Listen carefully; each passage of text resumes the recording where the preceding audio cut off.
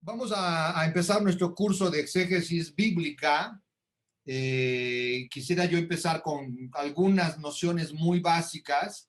La primera es la Biblia que vamos a utilizar en el curso. Hay diversas Biblias, todas son muy buenas. Me faltó saludar, perdón, saludé a las localidades, pero no saludé a las comunidades cristianas. Además de que la mayoría son católicos, nos acompañan hermanos de las iglesias evangélica, de la iglesia metodista, tenemos un pastor de la iglesia bautista, tenemos un padre ortodoxo. A todos estos hermanos de las iglesias cristianas, de nuestras iglesias hermanas, les doy la cordial bienvenida y les agradezco el honor y la distinción de acompañarnos en este curso. Muy bien, la Biblia que vamos a utilizar es la Biblia de Jerusalén. Hay diversas Biblias y si usted ya tiene una Biblia y esa es la que quiere usar, no hay ningún problema, no gaste de más. Pero si va a comprar una Biblia para este curso que es fundamental, yo no les voy a dar los textos en apuntes, vamos a ir directamente al texto bíblico y usted cada sesión debe tener su Biblia a la mano, debe poder hacer anotaciones en la Biblia. Entonces yo les recomiendo la Biblia de Jerusalén. Es la mejor Biblia que tenemos en español. Es una Biblia muy lograda. Esta última edición que acaba de llegar a México porque se agotó, estuvo agotada 2 años la Biblia de Jerusalén aquí en México, acaba de llegar esta última edición y está aproximadamente en unos 600 pesos, dependiendo de la librería. Tiene muchas ventajas. Es una Biblia para estudiantes, para estudiar la Biblia. No es una Biblia solo para la devoción, no es una Biblia para quien busca la belleza poética del texto, como es la Biblia de Luis Alonso Shekel. Es una Biblia en la que han intervenido especialistas de las diversas iglesias cristianas y además del judaísmo en lo que se refiere a los textos hebreos, a los textos del Antiguo Testamento. Es un colegio organizado por la escuela L'École Biblique de Jerusalén y han hecho una investigación a fondo de los textos que han llegado hasta nosotros. No tenemos ningún texto original de la Biblia, lo que ha llegado hasta nosotros son copias de las copias de las copias, pero juntando los miles de manuscritos que hay sobre los textos bíblicos, se ha podido hacer esta edición crítica. Se le llama así, edición crítica de la Biblia. ¿Por qué se le llama así? Porque se ha reconstruido lo que podría ser haber sido el texto original con la comparación de todos los pergaminos y todos los papiros microfilmados y que se encuentran en los principales museos que contienen esta documentación bíblica. Se ha comparado todos los manuscritos que existen sobre cada uno de los textos bíblicos y viendo las diferencias, viendo la corrupción de un texto, el deterioro del otro, etcétera, se ha podido ir reconstruyendo con mucha fortuna en la mayoría de los textos lo que podría haber sido el texto original de la Biblia. Yo sé que esto puede ser decepcionante para muchos de ustedes, saber que no tenemos los textos originales, que tenemos reconstrucciones hipotéticas o, en el peor de los casos, traducciones de una sola corriente textual. Entonces, siempre es mejor buscar ediciones críticas de la Biblia. La mejor que hay en español es la Biblia de Jerusalén, que de hecho es la traducción al español de la original, que es francesa. Viene con bellas introducciones a cada uno de los libros bíblicos. Esas introducciones están muy logradas en la última edición. De hecho, están muy corregidas en la última edición de la Biblia. Y presenta lo que podemos saber del autor del texto en cuestión, la evolución del texto, las partes del texto y finalmente como la propuesta de lectura del texto, ¿no? Tiene grandes e importantes notas de pie de página que aclaran expresiones. La Biblia de Jerusalén tomó una decisión, los redactores de esta Biblia decidieron traducir lo más cercanamente posible a la formulación original del texto. Aunque muchas veces la formulación original del texto genera confusión a los lectores de la época contemporánea, a los lectores del siglo XXI. Muchos giros lingüísticos, muchas expresiones de la Biblia son muy difíciles de traducir. Hay otras Biblias que han optado por traducir semánticamente, no literalmente, sino semánticamente. Y entonces, tratando de ponerse de acuerdo los estudiosos, ¿qué quería decir esta expresión? ¿Cómo se traduciría esa expresión a nuestras lenguas modernas? Traducen respetando el sentido, aunque muchas veces traicionando la letra. La Biblia de Jerusalén ha optado por un camino distinto. Aunque el sentido se oscurezca en muchos de los textos, prefieren traducir a la letra, pero para eso vienen las numerosísimas y ricas notas de pie de página que explican un término, que aclaran una expresión, un giro lingüístico de la época. Entonces, en el texto bíblico usted tiene lo más respetuoso posible, un acercamiento al texto original, pero en la nota de pie de página hay aclaraciones sobre aquellas expresiones que pudieran resultar un tanto obscuras para nuestra cultura. Además, tiene numerosas referencias marginales, es decir, apunta, remite a otros textos donde se toca el mismo tema para que usted pueda hacer un estudio más completo. Al final de la Biblia, además, se incluye un importantísimo índice analítico. Usted quiere preparar una catequesis sobre el Padre en la Biblia. Busca la voz Padre en el índice analítico y le van a aparecer los principales textos donde se aborda la paternidad de Dios, tanto en el Antiguo como en el Nuevo Testamento. Tiene además una serie de mapas que son siempre muy de agradecer, porque nos ayudan a ubicar los espacios bíblicos. Una sinopsis cronológica estupendamente bien hecha, donde en una columna viene los acontecimientos de la historia mundial, digámoslo así, en la columna del centro los años correspondientes y en la columna derecha lo que estaba pasando en la historia de Israel primero y de la iglesia después, y los textos bíblicos que fueron surgiendo en esos años. Entonces, esa sinopsis cronológica es de gran ayuda.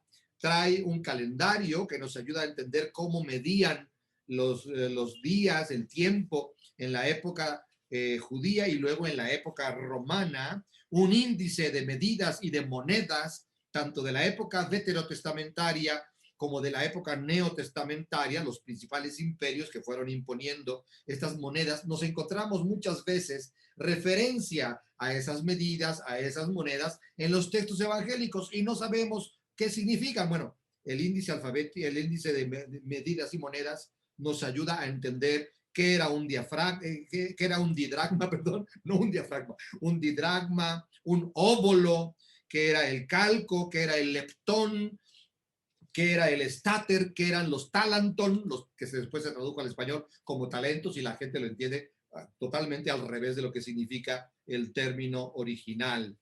Luego viene el índice alfabético de las notas más importantes.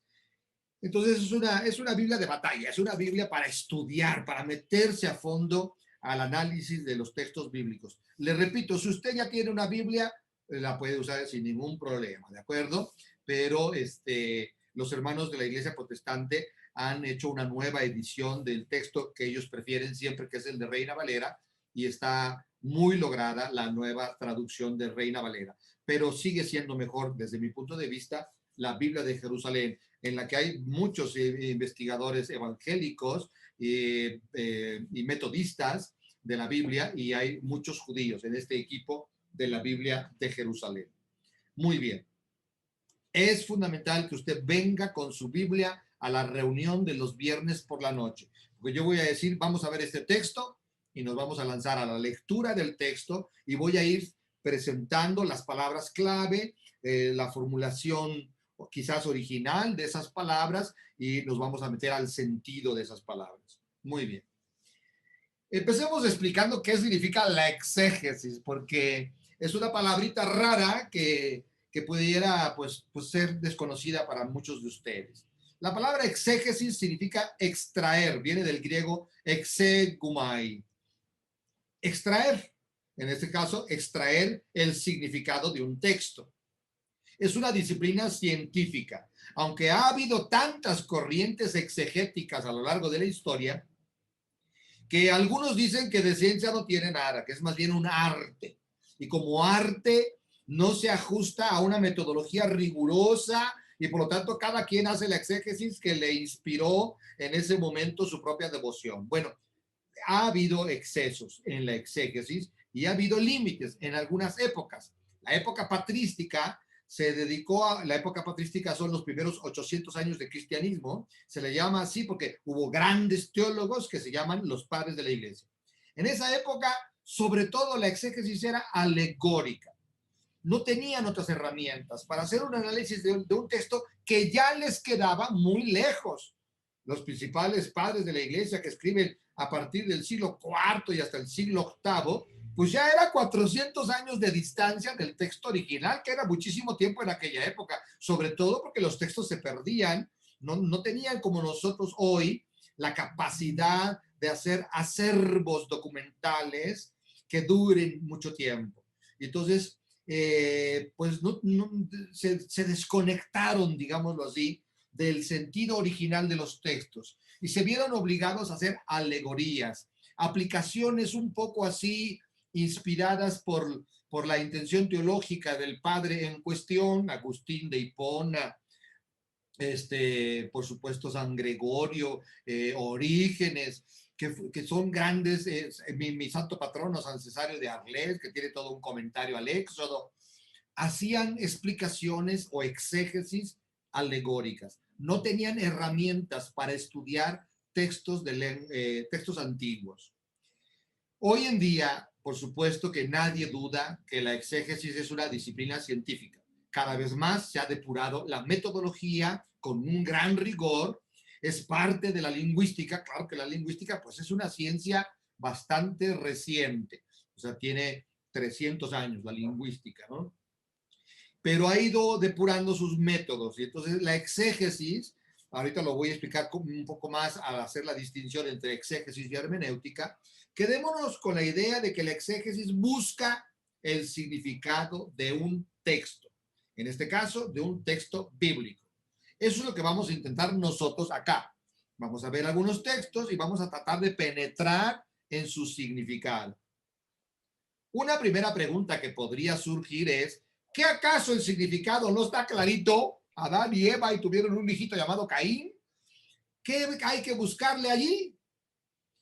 Y no es tan claro. El sentido literal es un sentido, pero dado que son escritos elaborados en lenguas muertas, tanto el hebreo bíblico como el griego koiné del Nuevo Testamento y los pasajes aramaicos, o sea, en arameo, que existen también en algunos pasajes del Antiguo Testamento, son lenguas muertas. Muchas de sus expresiones y de sus maneras de expresar los las grandes experiencias del corazón humano o de la fe, para nosotros son obscuros. Hoy en día, una expresión que para nosotros puede parecer milagrosa, como la famosísima multiplicación de los panes en Marcos 6 y Marcos 8, o en sus duplicados en los otros evangelios, nosotros podríamos interpretar literalmente ese texto. La exégesis, a la hora de estudiar cada uno de los vocablos, cada una de las expresiones que componen ese texto en concreto, descubre significados más profundos que el que nos arroja la simple contemplación de la literalidad del texto. Entonces, la exégesis busca ir a la profundidad. ¿Qué dice el texto en realidad? No qué nos parece que dice. ¿Qué dice? Los judíos son los inventores de la exégesis. La primera exégesis surge en el judaísmo. Porque en otras culturas, los textos sagrados, por ejemplo, entre los egipcios, no requerían de exégesis. Los sacerdotes egipcios proclamaban los textos sagrados, que en general eran himnos a las divinidades, y después pasaban a otra cosa. Nadie explicaba el texto porque no había necesidad de eso. No había ningún misterio detrás del texto. Los inventores de la exégesis son los rabinos judaicos, y ellos utilizaban fundamentalmente estos tres métodos exegéticos.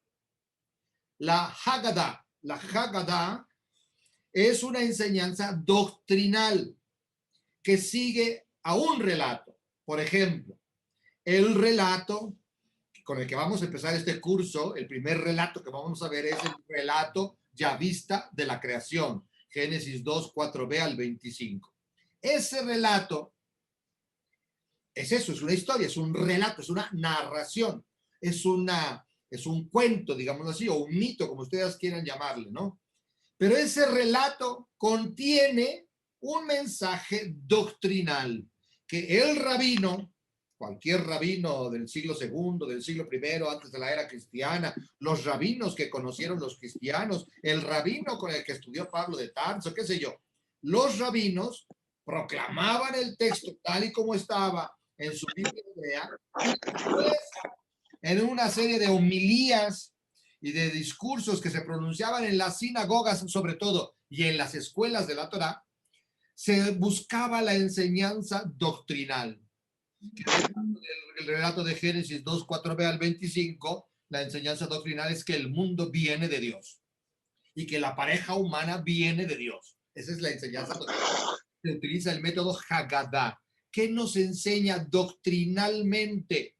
¿Qué aporta a la fe el relato en cuestión? No se queda en la literalidad del texto. No es una historieta edificante solamente, sino que contiene doctrina, es decir, aporta elementos que van construyendo a lo largo de siglos, van construyendo todo el andamiaje doctrinal del judaísmo primero y de la iglesia cristiana después. La Haggadah que es vigente. Los judíos siguen haciendo Haggadah todos los sábados en sus sinagogas. También muy usada en la época de Jesús y en la actualidad es la Halaká. La Halaká es una enseñanza moral. Normalmente es empeñativa, es normativa, rige la vida, genera obligatoriedad por parte de las personas que forman una comunidad judía, ¿no?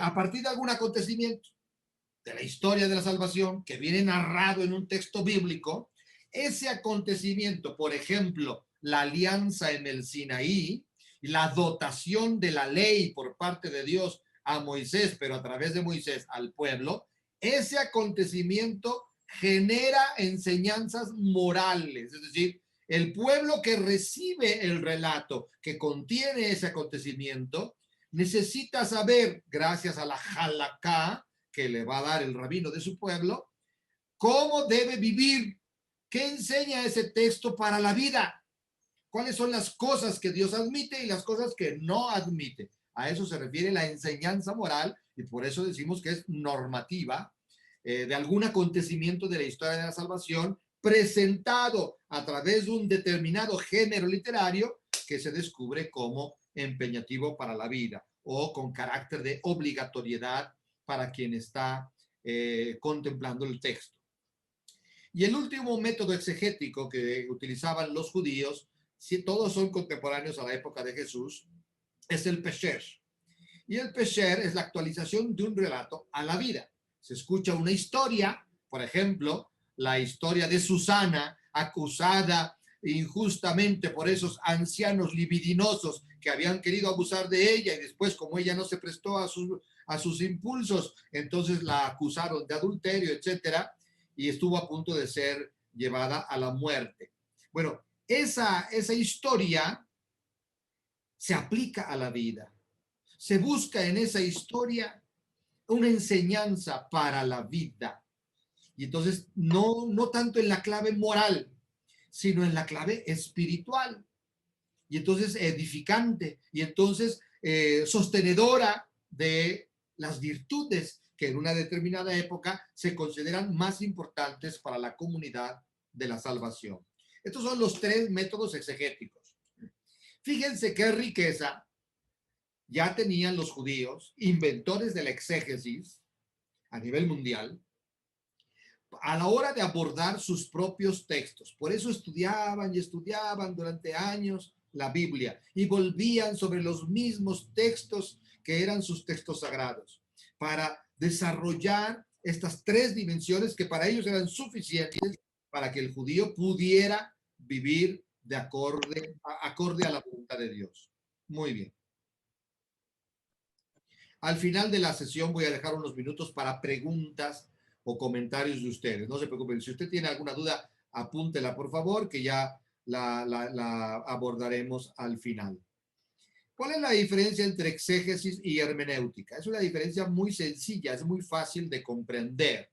Ya dijimos lo que es la exégesis. La exégesis busca lo que el texto dice, indaga sobre la intención del autor. Esto es muy importante, porque por ejemplo, cuando comparemos textos de Marcos con los textos de Lucas, vamos a encontrar diferencias que nos van a llevar a la perplejidad. Incluso comparando los 4 evangelios, encontramos verdaderas divergencias entre ellos. Porque, por ejemplo, la expulsión de los vendedores del templo, ese gesto que hizo Jesús con un látigo y sacó a todos los vendedores del templo y pronunció aquellas palabras: habéis convertido la casa de mi padre en cueva de bandidos, etc. Bueno, ese relato, según Marcos, sucede al final de la vida de Jesús, su última visita a Jerusalén, y precisamente ese acto violento de Jesús de expulsar a los vendedores del templo precipita las cosas de tal manera que termina toda esa crisis generada por ese gesto profético en su aprehensión y posterior ejecución. Juan dice algo totalmente distinto. Juan dice que es la primera señal que hace Jesús. En el libro de las señales aparece la señal de la expulsión de los mercaderes del templo al inicio de su vida pública y la conversión del agua en vino en las bodas de Caná. Entonces, ¿quién tiene razón?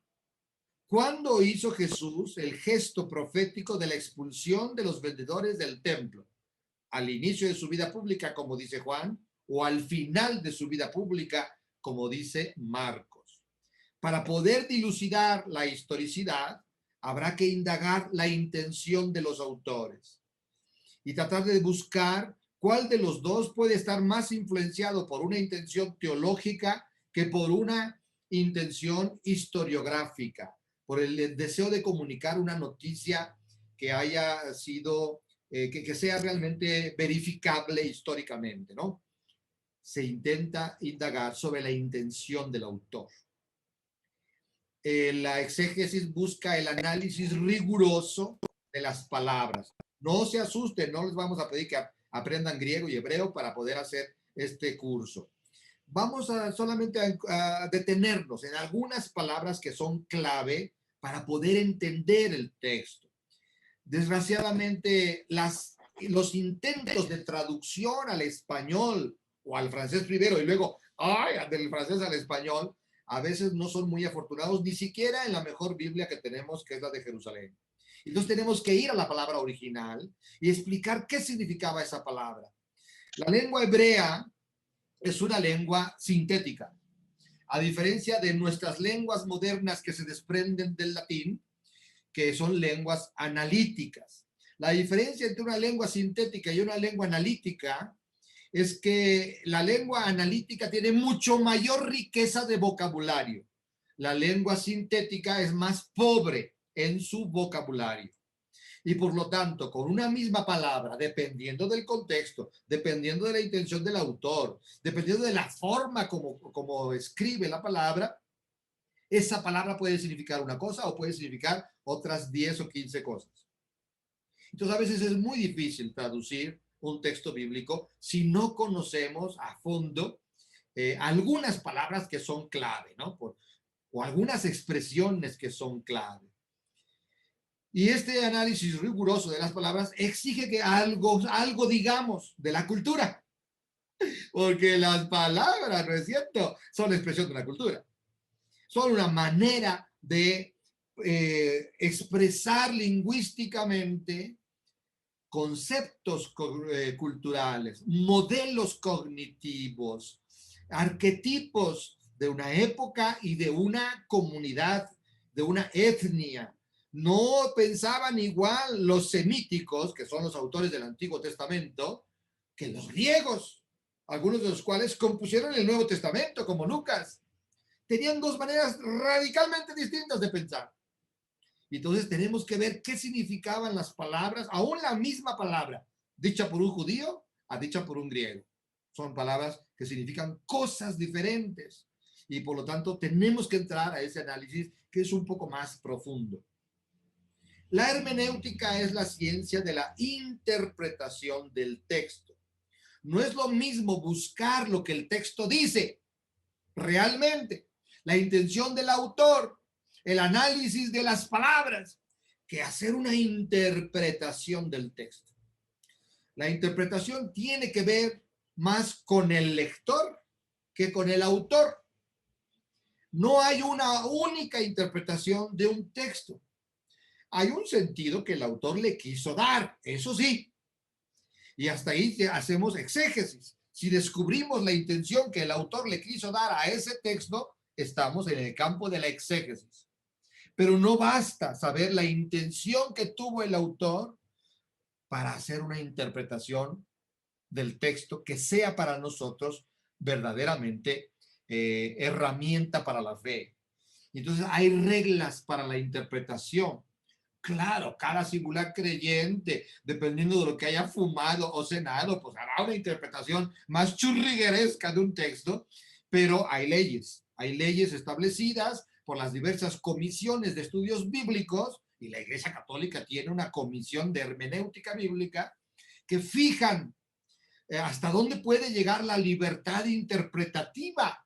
No podemos interpretar como nos dé la gana para hacerle decir al texto lo que nosotros queremos que diga. La interpretación es un diálogo que entablamos, orante y comunitario, con el Dios que habla detrás del texto. Es una ciencia compleja la interpretación, bellísima, la más apasionante. La exégesis puede ser incluso, perdónenme, puede ser incluso árida, ¿no? Ay, ¿qué significa este vocablo y cómo fue evolucionando, etcétera? La hermenéutica es apasionante porque ilumina la vida de un creyente inmerso en una comunidad. Y entonces, por supuesto, nuestro curso tiene que abordar también algunas pistas de hermenéutica, por lo menos algunas constantes que estamos de acuerdo todos los cristianos en considerar válidas para hacer una correcta interpretación de un texto bíblico. Muy bien. Basta con eso, porque realmente nos meteríamos a disquisiciones más áridas, ¿no?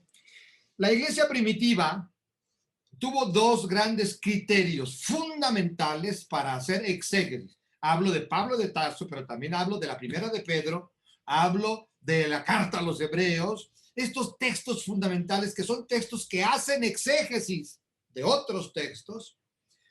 Tuvieron estos cristianos, los que nos dieron la fe, estos dos grandes criterios. En primer lugar, el acontecimiento Cristo como clave interpretativa del Antiguo Testamento.